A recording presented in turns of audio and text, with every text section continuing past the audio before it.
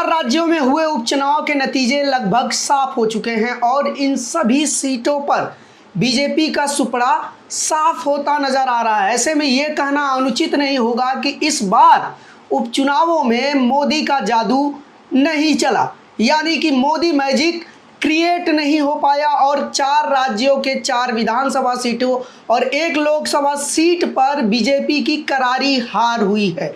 और इसके साथ मैं आपको ये भी बताता चलूं कि बंगाल में जहां को लेके बीजेपी सबसे ज़्यादा दम लगा रही थी, वहां पर भी बीजेपी दोनों सीटों पर बड़े झटके का सामना कर रही है। और साथ ही साथ महाराष्ट्र के जिस सीट पर जहां से अजान का मुद्दा शुरू हुआ, जहां पर अजान के विरोध में हनुमान चालीसा का पाठ शुरू हुआ और लाउड स्पीकर लगाने की शुरुआत हुई, उस सीट पर भी बीजेपी हार चुकी है। बिहार में भी जहां बीजेपी सत्ता की सहयोगी है, वहां भी बीजेपी हार चुकी है और छत्तीसगढ़ में भी बीजेपी की हालत खराब है। ऐसे में एक एक सीट का विश्लेषण आपके सामने रखूंगा और साथ ही साथ ये भी बताऊंगा कि क्या अपडेट है और जनता ने क्या बीजेपी के नैरेटिव को नकार दिया है। ये सारी बातें लगातार होती रहेंगी और साथ ही साथ सभी सीटों का विश्लेषण जानेंगे एक एक करके। पहले छत्तीसगढ़ के नतीजे जान लेते हैं। छत्तीसगढ़ के खैरागढ़ में उपचुनाव था, विधानसभा की सीट थी। यहाँ पर कांग्रेस की यशोदा वर्मा 14,072 वोटों से आगे चल रही है और बीजेपी की कोमल जंघेल पीछे चल रही हैं। तो वहीं बिहार के बोचहा में 24वीं राउंड की काउंटिंग के बाद अब वहां पर आरजेडी के कैंडिडेट अमर पासवान 34,000 वोटों से आगे चल रहे हैं और बीजेपी की बेबी कुमारी पीछे चल रही हैं 34,000 वोटों से। जबकि महाराष्ट्र के कोल्हापुर सीट, जिस सीट पर अजान को लेकर सबसे ज़्यादा बवाल हुआ, अजान के विरोध में लाउड स्पीकर लगाया गया, वहां पर कांग्रेस के जयश्री यादव 23,338 वोट पाकर 16,000 वोटों से आगे चल रहे हैं। अब आते हैं पश्चिम बंगाल पर।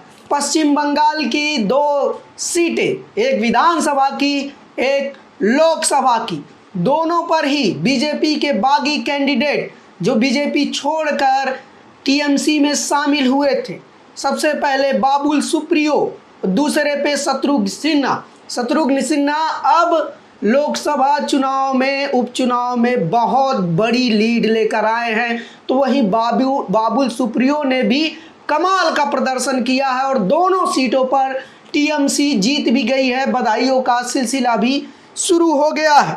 आसनसोल लोकसभा सीट पर टीएमसी के शत्रुघ्न सिन्हा लगभग 4 लाख वोट पाए हुए हैं और 1,60,000 वोटों से आगे चल रहे हैं। ये आंकड़ा अब घटने वाला नहीं है और बढ़ भी सकता है।